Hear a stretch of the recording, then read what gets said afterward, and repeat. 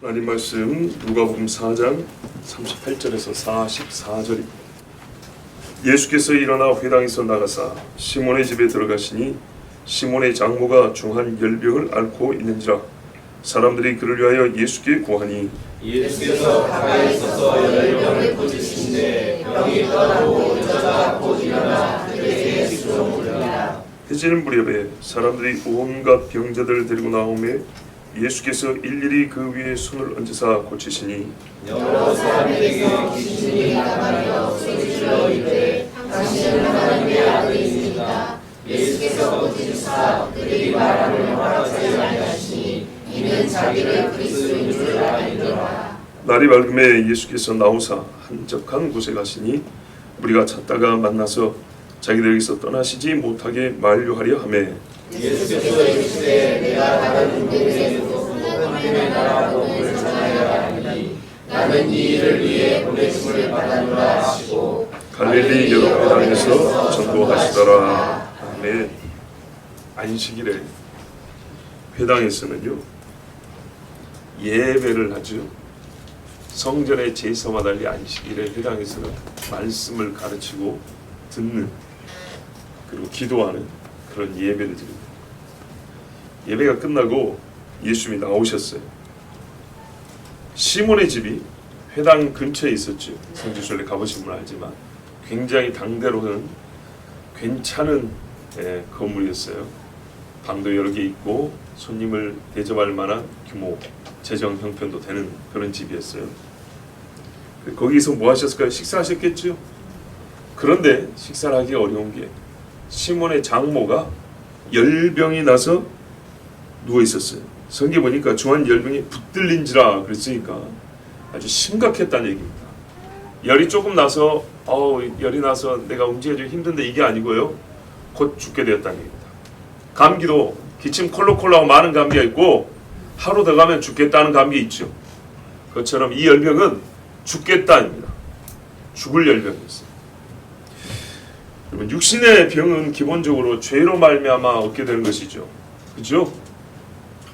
인정 안 합니까? 다 병 걸려 죽습니다. 죄로 말미암아 죽어요. 죽기 전에 병 걸린다고요. 정말 몇 번을 반복해 말씀드린지 몰라요. 교통사고가 나서 핸들에 심장을 부딪혀서 죽어요. 1초도 안 돼서. 그래도 그 찰나에 심장파이라는 병이 생기는 거예요. 그렇죠? 병으로 죽어요. 다 사인을 분석하면 전부 다 병명이 병명. 병으로 죽습니다. 그런데 여러분 잘 생각해 보시면 중한 병들은 대개 열이 납니다. 전염병은 거의 100% 열이 납니다. 그렇죠? 의학적인 설명하려는 게 아니에요. 왜 열이 나는가에 대해서 의학적인 설명하려고 하는 게 아니고 열을 동반하여 사람은 사망에 가까워집니다. 죽음에 이르는 병이 걸렸을 때 그 병이 발작을 일으켜서 몸을 크게 상하게 할 때 대개 큰 열을 동반합니다. 그리고 그 열은 몸을 급속도로 쇠하게 만들어버립니다. 맞지요? 예, 열이 나면 사람이 정신이 혼미해져 버립니다. 밥맛도 떨어져 버리죠.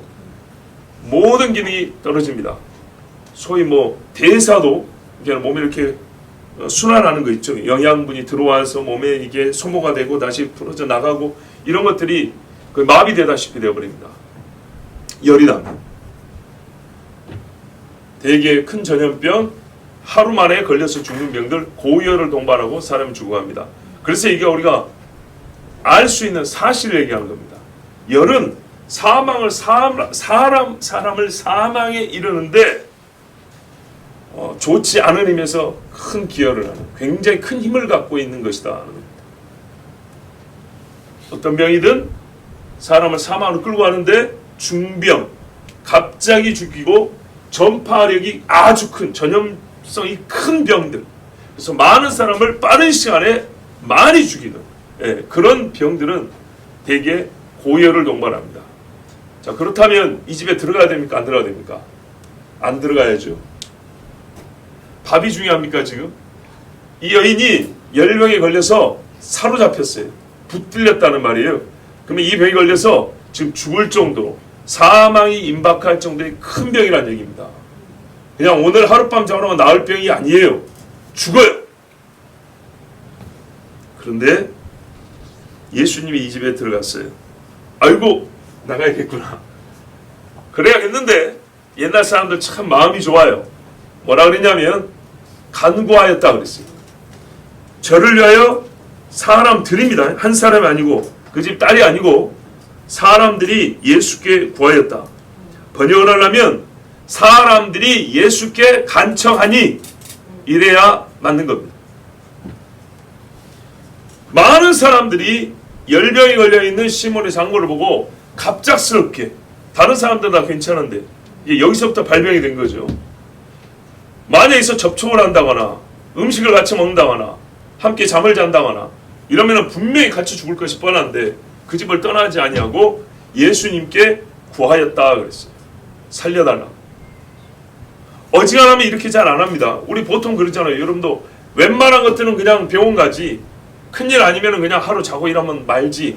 그렇죠. 그런데 심각한 병은 믿음이 있든 없든지 간에 기도를 부탁합니다.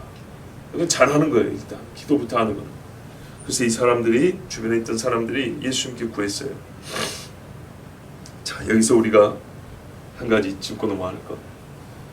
시몬의 장모가 예수님을 섬겨오던 사람이에요. 그러니까 예수님이 자연스럽게 이 집으로 들어가죠. 회당에서 예배 끝나고 아마 식사할 때쯤 돼서 들어갔겠죠.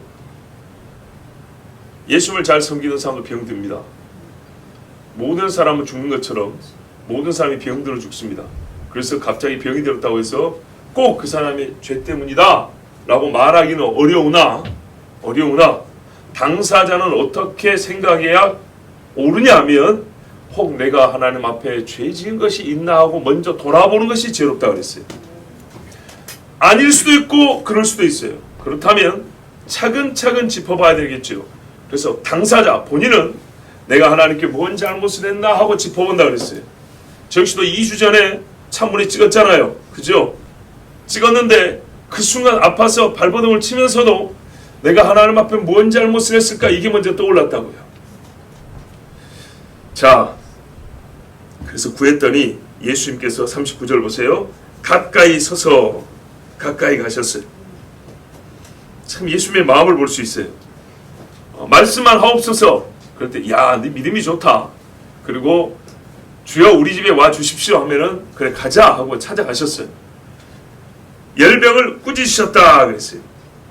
보통은 그냥 이렇게 안수하고 고쳐주면 되는데 꾸짖는 병들은 대개 영적인 의미들이 좀 크죠. 예. 예수님을 싫어하는 귀신이 분명히 들어가지고 이 여인을 갑자기 열병이 나게 했을 겁니다. 그리고 분명히 예배드리러 가기 전에는 괜찮았을 거예요. 회당에 가기 전에. 오전에 그랬다면 고쳐주고 갔겠죠. 그리고 사람들이 알려주어야 안다는 것은 회당 들어가기 전에는 이런 일이 없었다는 얘기예요. 근데 갔다 오니까 그 짧은 찰나에 사람이 죽을 정도로 큰 열병에 시달렸다. 이거는 영적인 일입니다. 예. 저는 어릴 때 많이 봤어요. 예수님의 권세로 예수님이 자기 권세로 꾸짖으셨어요. 더러운 병아 나가라! 그런 거죠. 그랬더니 열이 뚝 떨어졌어요. 근데 얼마나 이게 효과가 빠른지 여인이 즉시로 일어났다 그랬어요. 즉시로 일어나서 뭐 했답니까? 수종 들더라. 예수님과 제자들이 있고 동네 사람들 몇 명 있고 자기 위해서 기도해 준 사람도 있고 얼마나 기분 좋겠어요. 그런데 수종이 되려면 체력 회복이 돼야 되겠죠. 급속도로 됐다는 얘기죠. 보통 우리 같으면요, 이제 좀 괜찮아진 것 같아. 한 이틀 또 누워있으면 될 것 같아. 그죠? 아니 치료가 돼도 병이 나와도 보신을 해야 되잖아요. 몸을 회복을 하는데 힘이 좀 시간이 좀 걸리잖아요. 근데 이게 영적인 문제이기 때문에 즉각 나왔고 이 여자는 체력을 바로 회복해서 식사 준비를 다 할 수 있었어요. 예수님의 역사가 이와 같이 대단했어요. 그리고요, 이거는 예수님의 역사만 컸다고 되는 문제가 아니죠. 사람의 심성을 볼 수가 있는 거예요. 다른 사람들은 한 3일 걸려서 낫게 고쳐줬을까요? 문둥병 환자가 100일 걸려서 고치게 했습니까? 술 먹고 마늘 먹고? 그런 식이 아니죠. 가는 길에 바로 다 고쳐졌어요. 근데 사람의 심성에 따라, 마음에 따라 9명은 아이고 좋다 하고 가버렸고 한 사람만 주님 앞에 와서 감사합니다 하고 엎드렸다 그랬어요. 장모의 마음을 볼 수 있어요. 우리가 보통 몸이 나아도 대개 경우를 보세요. 혹시 재발할까 겁이 나서 한 이틀 더 누워있는단 말이에요. 오늘은 내가 밥을 못 해줄 것 같아. 몸은 좋아졌는데 저기 밖에 가서 먹고 와. 보통 이래요. 아닌 사람만 발가락 살짝 들어보세요. 그런데 이 여인이 장모나 사위나 성품이 비슷한데 내가 이러고 있을 때 하지. 나았으면 일어나야지. 숨 쉬고 다리가 움직이면 교회 와서 예배 드려야죠. 예. 나았으면 나와야지. 예. 교회 나가다가 또 쓰러질까 겁이 나가지고 누워있다 죽을 거예요. 그러면 그런 걱정은 안 한가요? 내가 오늘 일어날 수 있는데도 불구하고 믿음 없이 내 몸 생각한다고 하루 누워있다가 식구들 다 하교한데 혼자 있다 죽으면 어떡하지? 이런 건 겁이 안 납니까? 죽더라도 내가 예배다시 죽어야지. 이러고 교회를 나오는 거예요. 예. 여인이 일어나자마자 밥 준비를 다 했어요. 수종들더라. 종처럼. 그러나 기쁜 마음으로 즐겁게 식사 준비도 하고 뭐 빨래건 있으면 내놔라 하고 또 어디 간다면 물병도 담아주고 야 잠자리도 봐주고 혼자 다 하진 않았겠지만 주도적으로 주모잖아요. 주모. 이 집의 주인들은 어머니잖아요. 그래서 열심히 했어요. 나중에 바울을 돌봤던 누굽니까? 알렉산더 루퍼의 어머니, 구레네 시몬의 아내. 이 여인도 사도들을 얼마나 잘 돌봐줬는지 몰라요. 자, 이렇게 돌봐준 집들이 복을 받을까요? 못 받을까요? 복 받습니다. 정말로 복을 받습니다. 어떻게 해요? 가버나움 갖고 딴 집 가본 분 손 들어보세요. 자, 성지순례 가서 그 동네에서 회당하고 시몬의 장모 집 말고 다른 집 가본 사람 없지요? 누구 집인지 아는지 혹시 있어요? 친척집 있어요? 없죠? 2000년이 지났는데 그 집만 알아요. 그 집에 갖고 뭔 이야기예요? 그 집 사람들 얘기한다고요. 맞습니까? 베들레헴 가가지고 뭐야? 목자들 얘기한다고요. 레갑 족속 이야기한다고요. 마가의 다락방, 예루살렘에 집이 얼마나 많은데 마가의 다락방 찾아간다고요. 그래서 거기서 기도했던 사람들 이야기하고 그 집에서 예수님 식사하고 만찬장을 내준 그 집 어머니 얘기한다 이 말이죠. 여호와를 멸시하는 자는 그 이름이 흙바닥에 새겨질 것이고 하나님을 섬긴 자의 이름은 생명책에 기록될 것이고 그의 행위가 다 기록된다 그랬어요. 내 이름이 잊혀지지 아니하게 모든 백성 중에 빼어나게 보배로운 이름 되게 하시더라.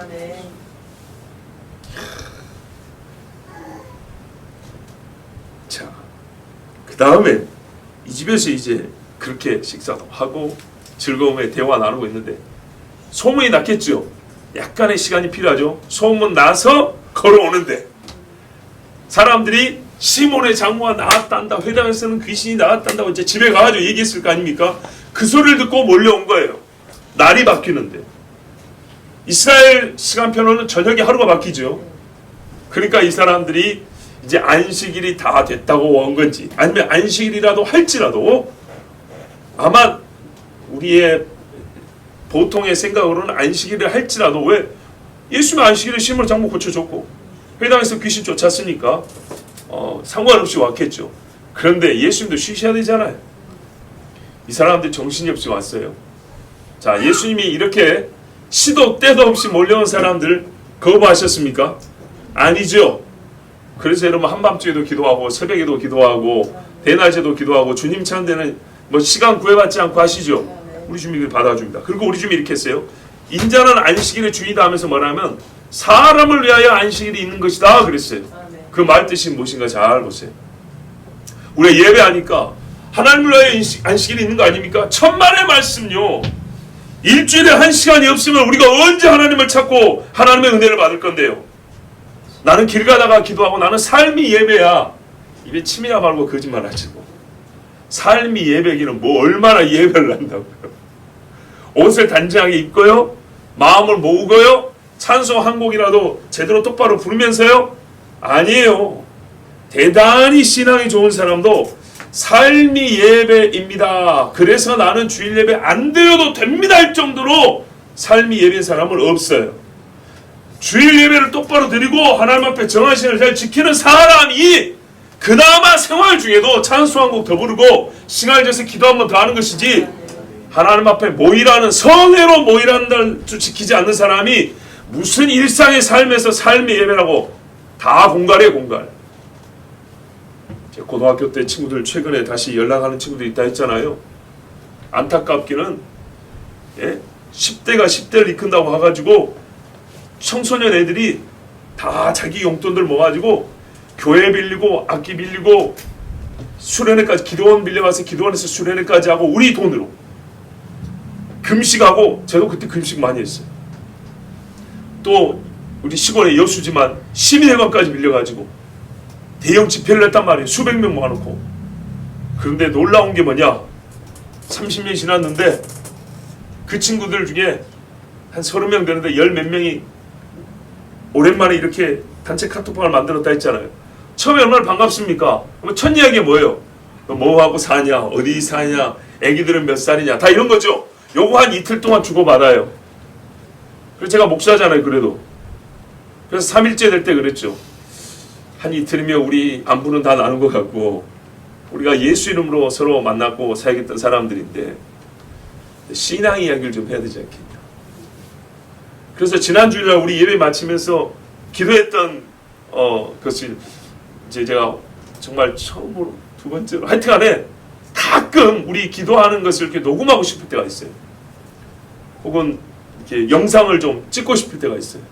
물론 찍어봐야 천장밖에 안 보이지만 하여튼 그래서 글 하나 보냈더니 조용해져 버렸어요. 말이 없어요. 예상했던 바였어요. 왜냐, 잘 보세요. 앞에 너 뭐 먹고 사냐, 애기들이 어떻게 크고 있냐, 몇 살이냐, 이거 이야기할 때 벌써 희한하게 그 문자의 신앙과 비신앙이 보여요. 보인다고. 오랜만에 통화해서 너 뭐 잘 지냈어? 나 이렇게 살아. 딱 두 마디에 얘가 교회 안 다니는구나 바로 느껴져요. 확인해보면 맞아요. 그래서 새벽에 오신 분들은 혹 수요일에 들으신 분도 있지만 사람의 목소리의 영성이 대단히, 그 목소리가 그 사람의 영성에 대해서 대단히 많은 걸 가르쳐줍니다. 신앙 주제로 얘기 안 했어요. 너는 이 사건 믿니? 나는 안 믿어. 이런 이야기 안 했어요. 직접적으로 성경 이야기 하지도 않았어요. 일상 이야기 두세 마디 딱 들으면 믿음이 있구나 없구나 바로 느껴져요. 영으로 달아진다고요. 서로가 서로에게. 아마 반대편도 그럴 거예요. 일상 이야기 두세 마디예요. 교회 이야기도 안 하고 성경 이야기도 안 했는데 인사하고 아유 안녕하십니까 잘 지내십니까 저 누구입니다. 이 말마다 야 이 사람 예수 믿는 사람 같은데 좀 부담스러운데 바로 느껴진다고요. 서로가 그래요. 근데 예수 이름으로 모여서 입시를 앞두고도 입시를 앞두고도 그렇게 열심히 했던 친구들이지만 지금 신앙을 지킨 사람은 손에 꼽습니다. 근데 안타깝게도 목소리 듣자마자 문자 몇 개 보고 신앙이 있구나 없구나 그걸 확인돼서 그래도 확인을 해보고 싶어서 기도를 한번 딱 보냈더니 한 사람, 두 사람, 딱 두 사람인데 그 사람들은 또 제가 예상한 사람들이에요. 답이 있고 반응이 있을 거라고 예상한 두 사람 외에는 나머지는 없어요. 역시구나. 차라리 이런 걸 안 맞으면 좋은데 어찌 그리 잘 맞는지. 신앙이 없어요. 그때 고등학교, 중학교 다닐 때 했던 것도 소위 기독교 문화의 흥에 겨워서 했던 것인 거예요. 근데 더 기가 막히고 안타까운 건 뭐냐면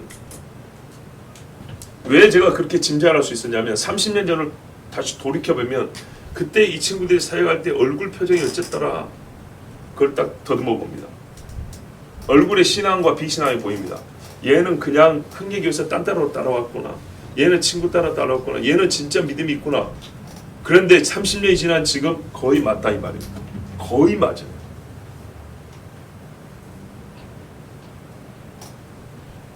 여러분 하나님 말씀 오늘 우리가 지금 말씀 드릴 때 이 말씀이요 재밌는 말씀이기도 한데 부담스러운 말씀이에요. 왜 부담스럽냐? 크게 두 가지 면에서 부담스러운데 첫 번째는 예수님이 이렇게 병을 고쳤다 하는데 나는 못 고친단 말이에요. 설교자인 제가 굉장히 부담스럽습니다. 그죠? 아니 그러면 예수님이 이때 했으면 지금도 할 수 있는 거 아닙니까? 그리고 예수 믿는 당신, 설교하는 당신도 할 수 있지 않습니까? 해보쇼. 그럼 내가 믿을게. 근데 여러분 그거 아세요? 예수님도 이런 식으로 이따위로 요구할 때는 안 해주셨어요. 하늘에서 불이 떨어지게 해봐라. 내가 믿어줄게. 십자에서 내려와봐라. 내가 믿어줄게. 이런 식의 말의 요구에는 예수님이 한 번도 들어준 적이 없어요. 주님 고쳐주십시오.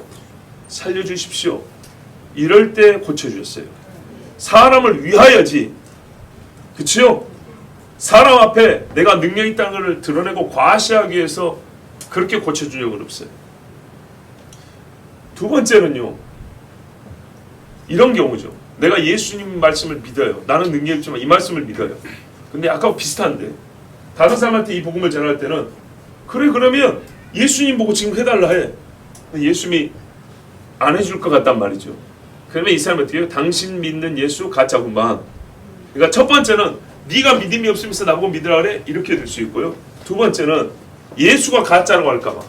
그래서 내가 믿는 예수를 오히려 못 믿는 경우가 생길까 봐. 내가 그 예수가 능력이 있다는 것을 보이지 못함으로. 그래서 이와 같은 말씀이 참 고치셨다 할 때 듣기는 좋은데 막상 현실 세계에서는 혹여라도 누가 나를 시험해 볼까 하여 부담이 되어 빨리 지나가고 싶은 말씀이기도 합니다. 마치 창조를 믿으라고 말을 해놓고 혹시 진화론으로 반박할까 봐 빨리 제껴버리고, 홍해 가는 이야기를 성경 읽어놓고도 야 바다를 가른다는 게 말이 돼? 그렇게 또 반문할까 봐 빨리 넘겨버리고, 그런 것처럼 우리 주님이 나에게도 기적을 베풀어주고 고쳐주길 바라면서도 누가 질문하고 반박할까 봐 내가 믿음이 없고 우리 주님 못 믿을 사람으로 만들 수 있어. 그런 걱정으로 빨리빨리 지나고 싶은데 꼭 여러분 그런 마음을 가질 필요는 없습니다. 왜냐하면 주님은 분명히 지금도 이렇게 역사하십니다.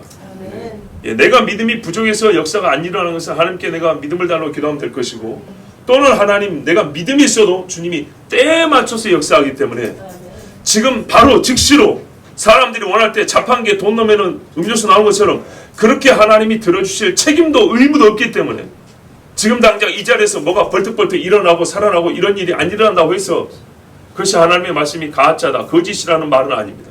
그러니까 그렇게 부담 갖지 마시고 혹여라도 조금이라도 부담이 된다면 하나님 나에게 믿음을 주십시오, 이렇게 기도하면 될 뿐입니다. 자, 해질녘에 이렇게 안식일의 주인이고 사람을 위해 안식일을 만드셨기 때문에 이 많은 사람들이 왔는데 주님이 이 사람들에게 병을 고쳐주세요. 어떻게 고쳐주시냐? 일일이 그 위에 손을 얹으사 고쳐주셨다 했어요.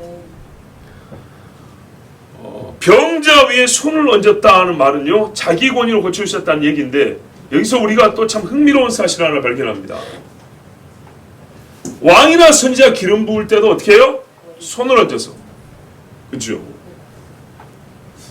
병 고칠 때도 손을 얹어서. 성령의 임재를 구할 때도 사도들이 사마리아 와서 손을 얹어서. 하나님은 손을 얹어서 능력을 행하시고 손을 얹어서 위에 계신 분이 아래에 있는 사람에게 절대적인 주권과 권위와 능력으로 역사하신다는 것을 우리 행위의 표현으로는 손을 얹는 것으로 나타내 보여주십니다. 길게 말씀드리지 않습니다.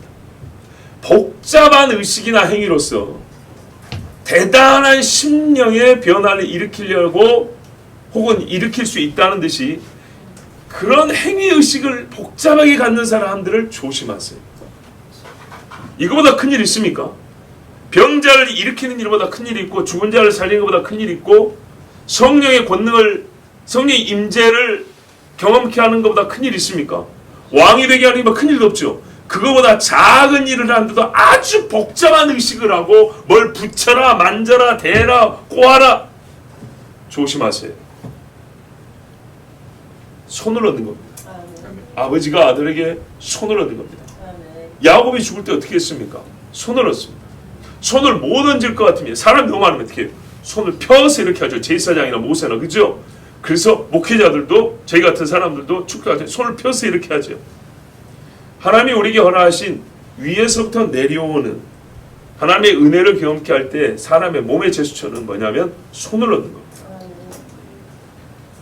41절에 이렇게 해서 고쳤더니 병이 든 사람을 데려왔는데 병이 고쳐지면서 병만 고쳐진 게 아니라 뭐가 나갔다고요? 귀신들이 나갔다는 거예요. 많은 귀신이 사람의 병을 일으킵니다. 정말로요. 우리 러시아의 그 류철 선교사님이 이런 간증하신 적 있죠.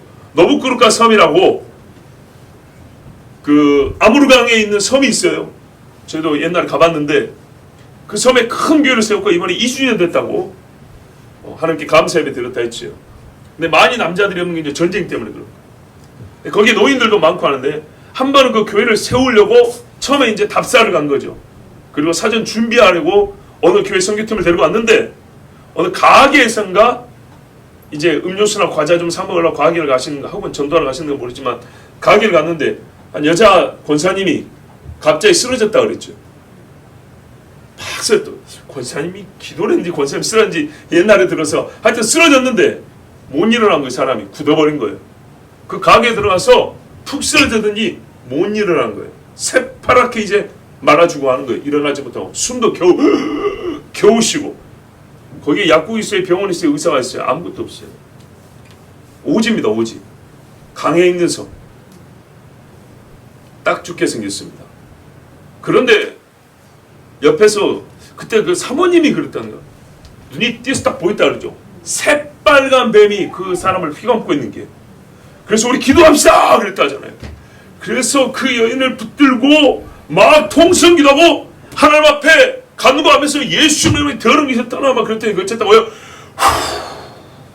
숨을 쉬어 살아났다고. 이게 거짓말이 아닙니다. 더러운 귀신은 사람을 꾸꾸라뜨립니다. 잘 보세요. 아버지가 아들을 데리고 왔다 해서 예수님 기도하고 내려오니까 제자한테 데리고 왔는데 당신들 제자들은 못 거치더이다. 제자한테 믿음 없다고 책만 한번 들었죠. 왜 그러냐? 아니 언제부터 이랬냐 했더니 무슨 일이냐? 언제부터냐? 어려서부터 귀신이 자주 이 아이를 죽이려고 물에도 불에도 끌고 다닙니다. 저는 친구를 진짜 봤다고 했죠. 제 동기 여자애가 우리 같은 한신데 걔가 옥상에서 뛰어내린다고요. 왜? 옥상인지 몰라요. 다른 게 보이니까. 이게 거짓말이 아닙니다. 학교 중학교 옥상에서 뛰어내는 선생님이 딱 창문에서 붙잡아갖고 숙제실에 눕혀놓고 얘가 저를 부른다 그랬어요. 왜? 중학교 2학년밖에 안 되지만 기도해달라고 부르는 거예요. 그래서 같이 기도하고 집으로 데려다 놨습니다.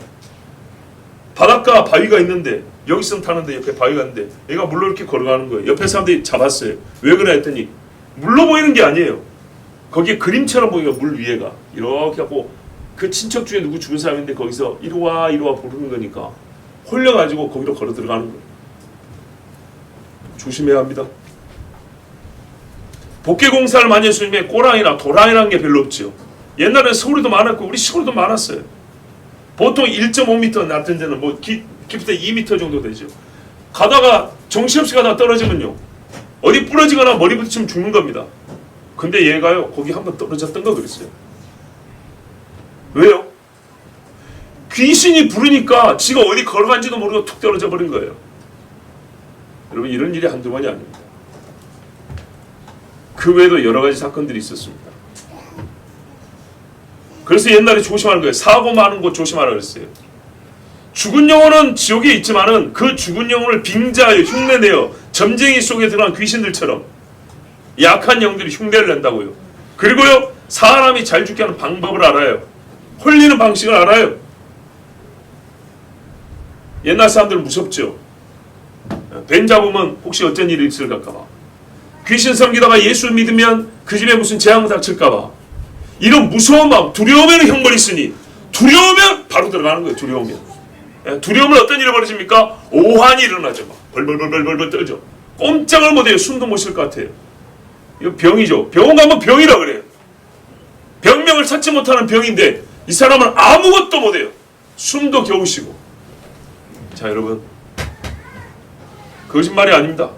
우리 친족 중에도 사돈인데 그 할머니가 귀신 섬기던 사람이에요. 근데 예수를 믿고 나니까 그 집이 예수를 믿고 나니까 그 아들이 술을 얼마나 먹는지 며느리 한 사람이 예수 믿었어요. 그런데 핍박하고 그러다가 이 집에 할머니가 병이 들었어요. 아무리 그 집 부자거든요. 이 병은 저거 병은 됐거든 병명을 못 찾아요. 병명 없어요. 찍어봐고 검사해봐도 아무것도 안 나와요. 근데 이 할머니는 곧 죽게 생겼어요. 그래서 방법이 뭔가요?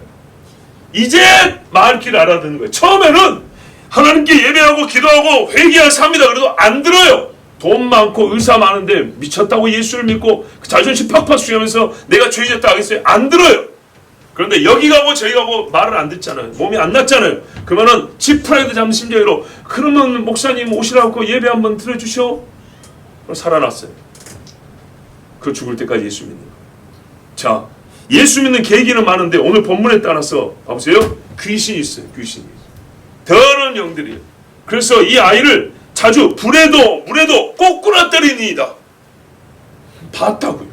거라사 지방에 쇠사슬도 묶어놔도 끊어버린 귀신, 나는 시골에서 진짜 봤다고요. 봤어요. 기둥에 묶어놨는데 기둥을 깨부셔버려요. 귀신이 괴력을 갖게 합니다. 작두를 타도 괜찮죠? 불리에 가도 괜찮죠? 악한 영이 드니까 그런 거예요. 예? 연쇄 살인자들 중에도 옛날에 그 이름을 모르겠는데 망치로 일가족 때려 죽인 사람 있잖아요. 죽여버려. 아무 죄책 없이 죽여버려. 죽여놨어. 어떻게 해요? 그 집 마당에다 묻었다 했어요. 사람 4명을 마당에 묻으려면 삽질을 얼마나 될 것 같습니까? 일반에 일 안 하다가 삽질 안 하면 손이 부르터져버려요. 귀신이 삽 위에 딱 올라왔더니 한번 파봐. 너무너무 쉽더래. 모래 푸듯이. 쑥쑥 파고 4명을 일가지고 거기다가 파묻었어요. 여러분, 악한 영은 사람을 죽게 하고요. 사람 죽게 하는데 정말 도사급이 되게 합니다. 수월하게 해줍니다. 죄책감도 없애줍니다. 그렇게 본다면 이 세대에 묻지마 뭐니 묻지마 뭐니 사람들이요, 미친 것은 아니지만 굉장히 많이 귀신에 사로잡혀서 한다는 거예요. 그 생각들이. 귀신이 떠나면서 병이 고쳐졌어요. 생각보다 많은 병이 귀신 때문에 걸린다는 것 인정해야 합니다. 많은 병이에요. 바꿔 말하면 예수님을 귀신 쫓으면 나을 병도 많다는 거예요. 100% 말하기는 곤란해요. 그러면 또 귀신은 그거를 이용해서 2단 3단 또 만들어가요.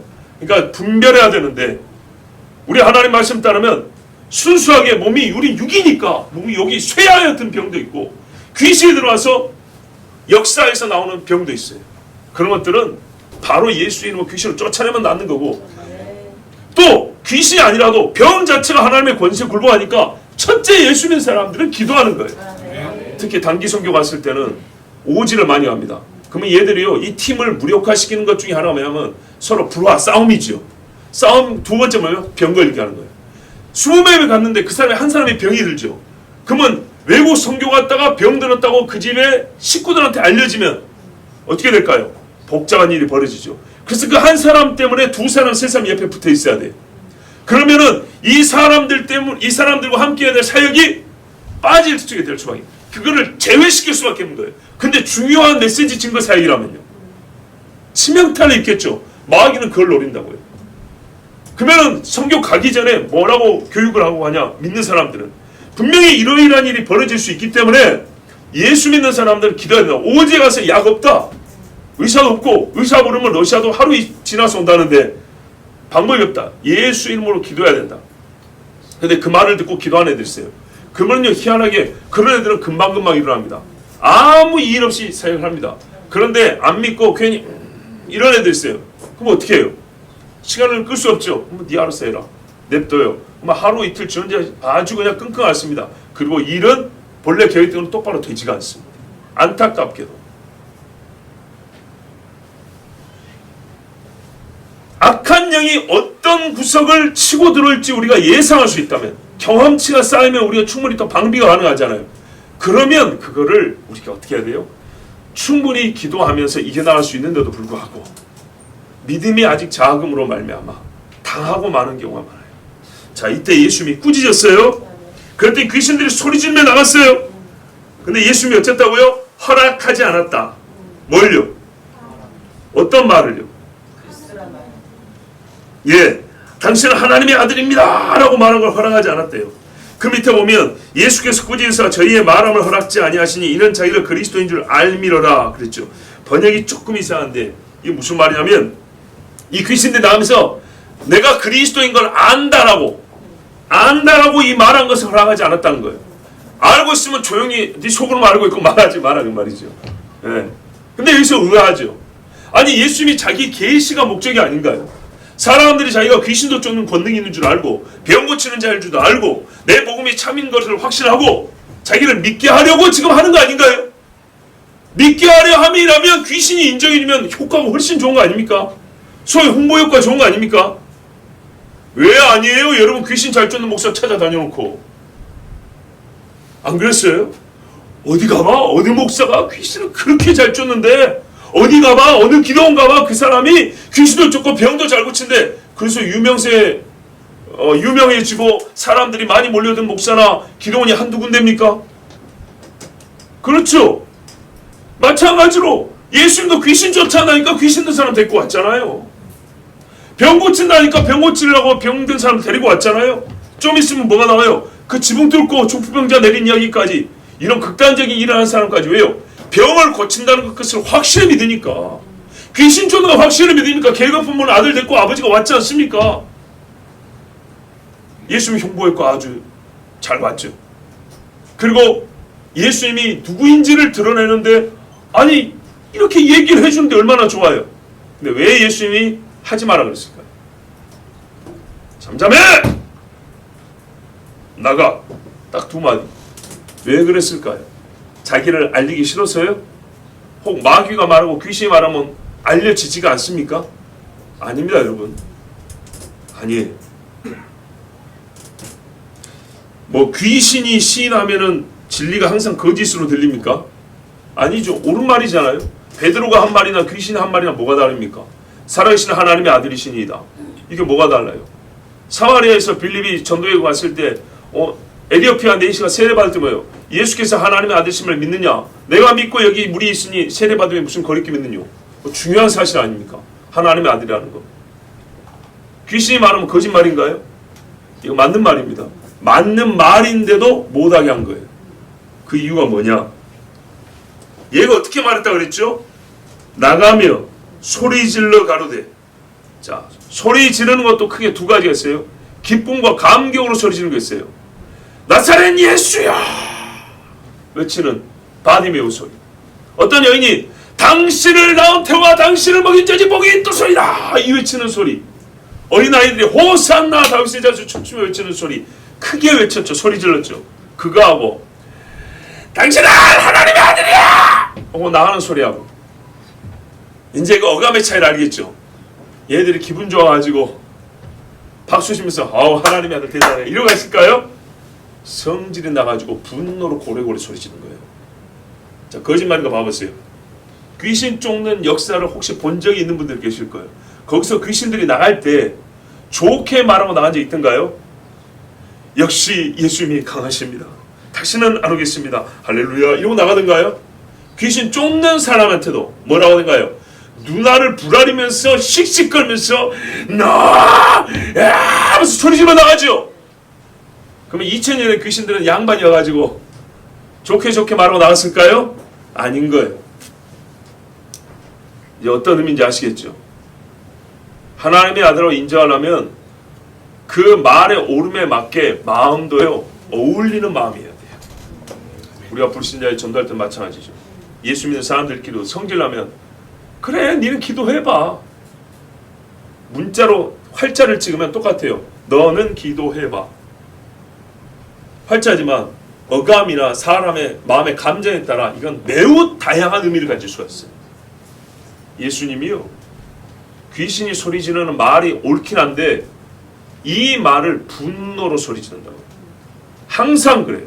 귀신이 나갈 때 지르는 하나님에 대한 시인, 예수에 대한 인정은 기분 좋아서 한 말이 한 번도 없고 찬송의 의미도 없고 분노와 성질이 거기에 가득 들어있어요. 하나님을 저주하는 것이 현실적으로 불가능하지만 그 말에는 하나님을 저주하고 싶은, 할 수만 있다면 저주하고 싶은 거예요. 그게 들어있어서 하는 말이 당신은 하나님의 아들입니다. 두고 보자 이러고 나가는 거예요. 그러니까 나갔다 또 들어오죠. 이게 우리가 말하는 진짜 신앙 고백이라면, 온전함의 신앙 고백이라면 어디를 다시 들어오겠어요. 근데 나갔다가 또 기회를 봐서 7놈이나 데리고 들어온다 그랬죠. 그러니까 예수님이 무슨 말이에요? 네 말은 오는데 네가 하는 그런 식의 말, 사탄이 귀신이 하는 그렇게 분노 섞여서 나를 미워하고 저주하고자 하는 내뱉은 그 말 어쩔 수 없이, 그러니까는 영적으로는요 사단이 굉장히 괴로운 상태입니다. 예수님이 앞에 섰다는 그 빛에 얘는요 너무 고통스러운 거예요. 인간을 표현하면요 최악의 고문을 당하는 거예요. 견디지 못해서 나가는 거예요. 그 상황에서 내뱉은 말이에요. 네가 하는 그 말은 내가 받지 않는다. 그런 말입니다. 여러분, 말이 문자적으로 옳다고 예수님이 다 받는 게 아닙니다. 하나님 홀로 찬양 받으시옵소서 그런다고 받는 게 아니죠. 우리 지금 어떻게 받아요? 마음이 진짜로 주님 찬양을 받으시옵소서는 그 마음을 가지고 고백할 때 하나님 받지요. 똑같아요. 왜 그걸 사람에만 적용하죠? 모든 영들에게 똑같이 적용되는 거예요. 천사는 진짜로 주님을 사랑하고 높이고자 하는 마음이 있어 찬양하니까 그 찬양 올라가 하나님 받으시는 거고, 악한 영은 입으로는 비슷하게 말을 하지만은 이것이 진실로 원함이 아니요 하나님을 실제로 높이고자 하는 마음이 아니기 때문에 하나님은 안 받습니다. 아벨이나 가인이나 최상급의 것을 바쳤어도 믿음이 없기 때문에 가인의 제사를 안 받은 것처럼 마귀의 이런 고백은 절대 받지 않습니다. 그렇다면 여러분, 수많은 종교인들이 모여서 할렐루야 찬양을 부르면서 손잡고 우리를 하나로 하면서 하나님 우리 화평을 하니까 우리 서로 싸우지 맙시다 하고, 원불교니 도교니 뭡니까 또 힌두교니 무슬림이니 카톨릭이니 다 손잡고 거기서 예수님의 이름으로 기도합니다. 아멘 하면 하나님이 받으실까요? 그걸 활자로 찍어놓으면 아주 훌륭한 기도문이라니까요. 1986년도에 그 성 프란치스코 그 사람이 살았던 지역이 아시시라 그런가, 거기서 종교인들이 다 모여가지고 세계 평화를 위해서 기도했다 했잖아요. 누구 주도로? 교황 주도로요. 근데 거기서부터 소위 종교 통합이 가시화되고 본격화됩니다. 물밑에 있던 것들이 눈 확 들어왔어요. 벌써 40년 가까이 돼가고 있습니다. 평화의 기도, 주여 나에게 이 평화의 기도 있죠. 그것을 우리가 실행해 보겠다, 실천해 보겠다. 종교인들이 그렇게 하자고. 그래서 다 모였는데 그들이 뭐라는 줄 알아요? 교황이 각자 여러분의 신에게 기도하십시오 그랬어요. 이거 무슨 개떡 같은 소리입니까? 예? 야, 말이 됩니까? 그 자체가 뭐죠? 각자의 신을 인정한다는 말이 되잖아요. 이게 십자가를 들고 있는 할 말입니까? 그러고 나서 다 각자 기도했어요. 교회 대표로 한 사람은 예수님의 이름으로 기도합니다 했겠죠. 하나님이 들어주실까요?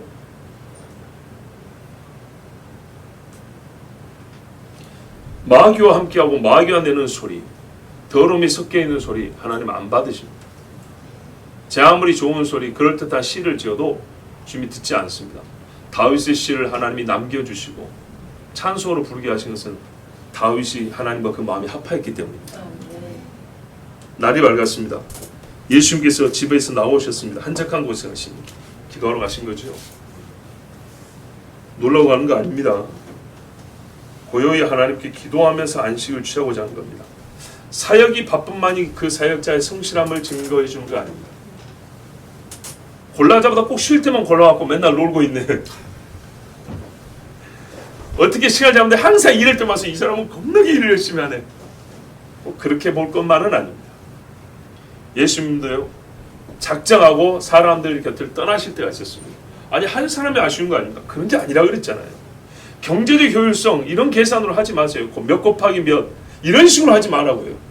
고3 때 네 교회 가는 시간 그거 빼가지고 50주 곱하기면 몇 시간이 네 몇십 주 공부도 할 수 있어요. 꼭 선생님들이 있다고 소리한다고요. 정말 제가 또 제 이야기에서 죄송한데 실제입니다. 고등학교 다닐 때 그랬어요. 그 일주일에 1시간 교회 간다고 공부를 못하고 점수가 떨어질 놈 같으면 100시간 1000시간을 줘도 안 할 놈입니다. 걔는. 할 놈은 교회 갔다 온다고 해서 성격 떠나고 계속 더 잘할 겁니다. 진짜 그래요. 네. 신뢰가 저희 있잖아요. 네. 고등학교 입학할 때 밑에서 100등.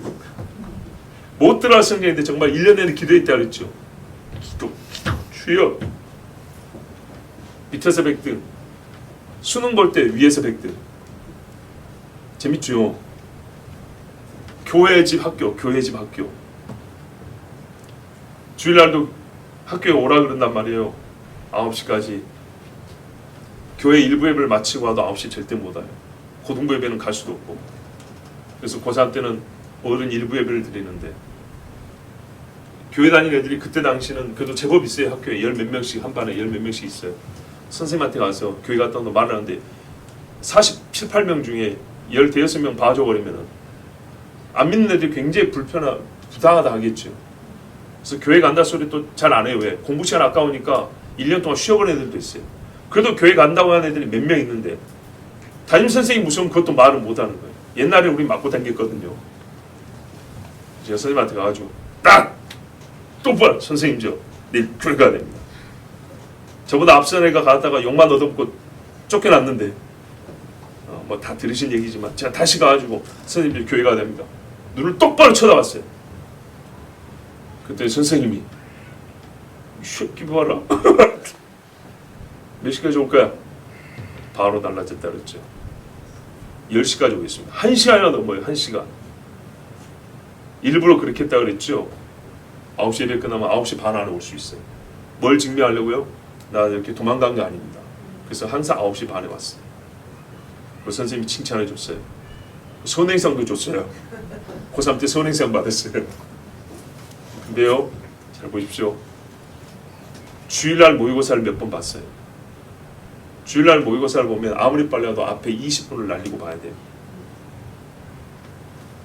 그런데 모의고사 볼 때마다 두 번째 모의고사만 몇 점 떨어지고 계속 올라갔어요. 거의 계속 올라가는 추세였어요. 그래서 선생님이 친구들한테 그랬어요. 이 교회 다니는 애들 잘 들어. 인간이같이 하란 말이에요. 인간이같이. 딴 게 한 거 아니었어요.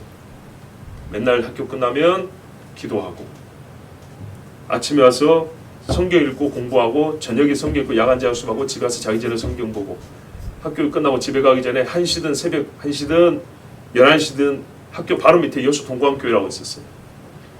그 1층에 뭐 마룻바닥 소예배당이 있었는데 그 마룻바닥에 물고 같이 기도하고 친구들 몇 명 항상 그랬어요. 그랬더니 그 밤에 가면 기도하는 여자 성도님이 계세요. 아마 권사님 같은데 밤마다 혼자 기도하는 여자 권사님 있었어요.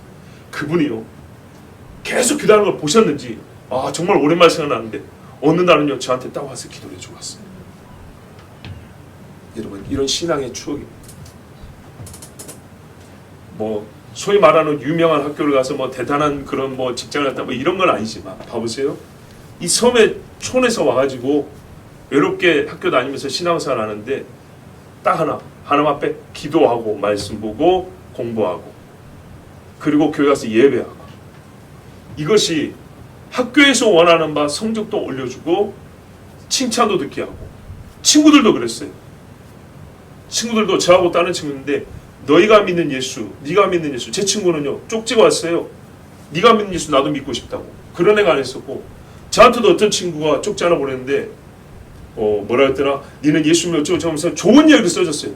근데 걔가 이제 서울로 전화 가지고 옛날에 MC 스퀘어라고 뭐 있었어요. 그거 홍보 광고 모델로 나온 애예요. 서울로 이사 와가지고 하여튼 그런 경험이 있었어요.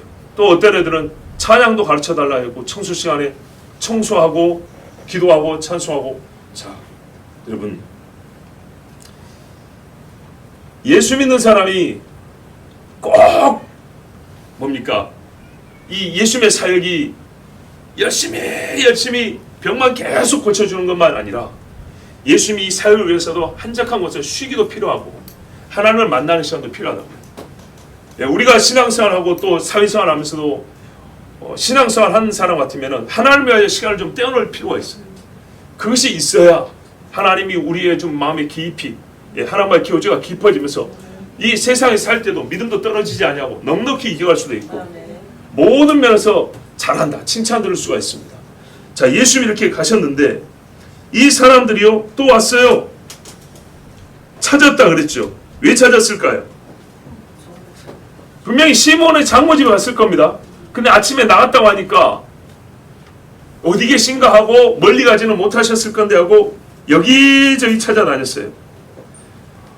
혹시라도 가버나움을 떠나신 거 아닌가 그리고 찾아다녔는데 이제 그 주변 어딘가에서 기도하고 계셔서 찾았어요. 그래서 이 사람들이 뭐라 합니까? 떠나시지 못하게 만류하였다 그랬어요. 떠나시지 마라. 다른 동네 가지 말고 우리 동네만 있으라 그 말이에요. 이기적이죠. 근데 왜 우리 동네만 있으라 그랬을까요? 왜요? 고쳐달라고. 병 날 때마다 우리 동네 의사 한 명 있으면 그 집 가가지고 고친 것처럼 병이 또 날 수도 있고요. 그렇죠? 오늘이 이 사람이 아프고 내일은 저 사람이 아플 거 아닙니까? 그러니까 항상 마치 보험 들듯이 예수님이 여기 계시면 언제라도 우리가 와서 병도 고칠 수 있고 귀신도 쫓아낼 수 있고 그러니까 예수님 여기 계십시오 이렇게 말한 거예요. 가지 말라고 막는 거예요. 참 재밌습니다. 나사렛에서는 죽이려고 해서 예수님이 나오셨는데 여기서는 예수님이 이제 어떻게 해요? 사역을 위해서 떠나낸다. 그러니까 이 사람들이 막 막았었어요. 그런데 이 사람들이 분명히 회개하고 예수님을 진실로 믿은 것은 아닙니다. 왜냐하면 진실로 믿었다면 뭐잖아. 주님이 이렇게 말씀하잖아요. 화하실 진주여 가버나오마. 그죠? 너에게 해 같은 건 두로와 시돈에서 행했더라. 또 베세다야 고라시나 소돔과 고모라에서 행했다면 그게 가버나움이에요. 회개치 아니함으로 그랬어요. 큰 권능을 행한 동네가 회개치 아니함으로 그랬어요. 그러니까 이 사람들이요, 병은 많이 고쳐주고 귀신은 쫓아줬지만 그 덕만 보았을 뿐이지 예수님을 믿지는 않았어요. 여러분, 그래서 예수님이 진짜 안 고쳐줄 때도 있는 거예요. 믿음을 위하여 하는 건데 처음에 불쌍해서도 고쳐주지만 믿음을 위하여 고쳐주고 싶은데 3년 내내 여러분 믿지 않는데 계속 고쳐준다고 했어요. 뭐가 될까요? 예수님은 그냥 초능력을 행하는 의사일 뿐이에요. 여러분 진짜 생각을 해보세요.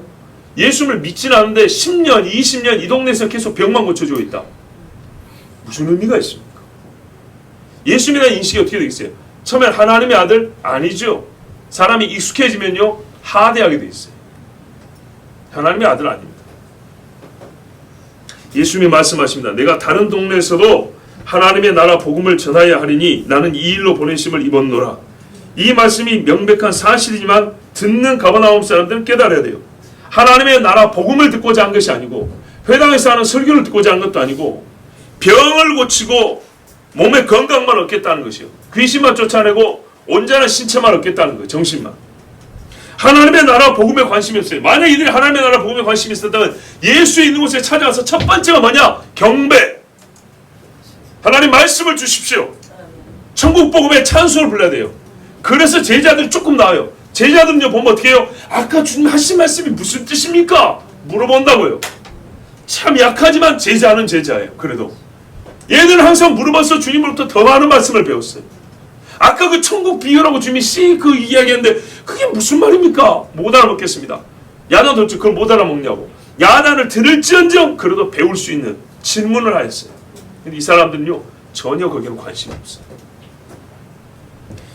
나사렛이나 가버나움이나 떠났다는 공통점이 있지만 이유는 다르죠. 나사렛은 핍박과 박대였고 가버나움에서는 이기적으로 자기들만 예수님의 육체적인 덕만 보겠다는 거였어요. 그러나 예수님은 이들과 함께 있지 않으셨어요. 박해하는 곳에는 있을 필요 없고요. 있으라고 해도 듣지 않는 사람이 있을 수가 없었어요. 들을 수 있는 사람들이 있는 곳으로 가셨어요. 사도 바울도 보십시오. 발의 먼지를 떨어버리고 떠나야 했던 성이 있었어요. 그리고 어떤 성에서는요 붙들어서 제발 선생님 좀 더 계십시오 해도 하나님이 나를 인도하여 다른 성읍에도 복음을 전하게 하신다 해서 또 다른 성읍으로 옮겨 다니셨어요. 예수님이 하신 것처럼 바울도 그랬고요. 하나님의 종들은 다 똑같습니다. 충분히 다 전하였기 때문에 다른 사람도 듣게 하려고. 가버나움에서는 이 정도를 전했는데 듣지 않으면 더 할 것도 없습니다. 병 고치는 것도 충분히 많이 고쳐줬습니다. 그래서 예수님이 이제 떠나신다 했습니다. 그래서 갈릴리 여러 회당에서 전도하시니라. 유대 땅에 있는 회당에 비하면 갈릴리의 회당은 소위 인간적 표현으로 급이 낮습니다. 예루살렘에도 회당이 있고 유대 지역에도 회당이 많은데 갈릴리는 이방의 갈릴리라고 불렸기 때문에 같은 회당장이라도 저 유대 쪽에 있는 사람들보다는 아마 한 급 아래로 봤을 겁니다. 그런데 이곳에 예수님이 오셔서 천국 복음을 전하셨습니다. 사람의 나누로 레벨을 나눈 것이 아니라 회당에서 들려줘야 될 소리, 바른 소리, 하나님의 나라 복음이 들려지는 은혜를 입었습니다. 예언된 말씀대로 이방의 갈릴리가 빛을 비춤 받은 겁니다. 병 고침뿐만 아니라 귀신 들린 자를 쫓아준 것, 그것이 중요한 게 아니고 제일 중요한 것은 하나님 나라 복음을 증거하였고 듣고 믿는 자가 있었다는 겁니다. 가장 작은 자들 먼저 하나님의 말씀을 듣게 되었습니다. 들에서도 설교했지만 예수님은 먼저 회당을 찾아가셨어요. 사도 바울도 그랬죠. 길거리에서도 전도했지만 사도 바울은 먼저 회당을 찾아갔어요. 왜요? 거기에 율법이 있어서 율법을 읽고 설교할 수가 있었어요. 이미 하나님의 역사를 우리 유대인에게 하신 언약의 역사를 아는 사람도 있기 때문에 그들의 귀를 먼저 열어주시려고, 왜요? 복음은 유대인으로부터니까. 그래서 하나님이 유대인이 있는 곳에 가셨어요. 예수님도 갈릴리 여러 회당에서 복음을 전하시고, 이들의 집이 작다고 갈릴리에 있다고 멸시치 아니하시고, 하나님의 예언된 말씀대로 빛을 비춤을 받고 생명의 빛으로 나올 수 있도록 본인의 사명을 다하셨습니다. 여러분, 오늘 우리가 이 말씀 중에 그래서 결론이 뭐냐? 뭐 그런 거는 정해드리지 않습니다. 왜요? 앞으로 지금 계속 가고 있는 중이니까요. 구절마다 들은 말씀을 기억하십시오. 갈릴리에서 열병을 고쳐주신 일, 가버나움에서, 그리고 귀신 든 자와 병든 자를 고쳐주시고, 귀신이 말함을 허락지 아니하시고, 또 가버나움 사람들이 막아섰으나 이 사람들을 주시고 다시 갈릴리 여러 회당으로 와서 복음을 전하신 이 모든 일에 각 구절마다 하나님이 우리에게 주신 말씀이 있고 은혜가 있습니다. 들으신 것을 잘 기억하시고, 부디 귀신같이 억지로 신앙 고백하지 말고, 인간적인 육체를 필요를 위하여 예수님을 이용하지 말고, 주 예수 그리스도 기쁨과 감사와 믿음으로 하나님의 아들이십니다라고 시인하고, 하나님 나라 복음을 들었으니 하나님 나라에 들어갈 수 있는 믿음을 갖기를 바랍니다. 기도하겠습니다. 아버지 하나님 감사합니다. 오늘도 주께서 사랑하는 백성들을 부르시고 예수 믿는 믿음을 주시고, 또한 성회로 모여서 하나님께 예배하게 하시니 감사합니다. 주여, 우리가 가버나움 사람들처럼 내 육신의 필요만 채우고 예수님을 이용하지 않게 하시고, 이기적으로 예수님 여기만 계십시오 그렇게 말하지 말고 하나님의 나라 복음을 듣게 하여 주시고 믿게 하여 주시고, 그러므로 주님 다른 데 가서도 이 복음을 전해주세요. 여기 가서도 전해주세요. 필요하면 제가 동역하겠습니다. 동참하겠습니다. 이렇게 주님과 함께하는 백성이 되게 해주시옵소서. 억지 신앙 고백이 아닙니다. 아버지여, 마귀와 귀신처럼 분노하여 예수님 앞에 씩씩거리면서 당신은 하나님의 아들입니다 이렇게 말하지 말고, 감격하여 눈물로 정말 가슴 뜨겁게 주는 그리스도시요 살아계신 하나님의 아들이십니다, 나의 구원자이시요 나의 주님이십니다, 이렇게 고백하는 주의 백성들이 다 되게 하여 주시옵소서. 그래야 우리 중에 한 사람도 빠짐없이 하나님 나라 들어가기를 원합니다. 인생이 짧고 심히 짧아 콧눈을 감을 때 내가 죽음을 두려워하지 아니하고 하나님 나라 들어가기를 원합니다. 우리에게 믿음을 주시옵소서. 예수 그리스도의 이름으로 기도하옵나이다. 아멘.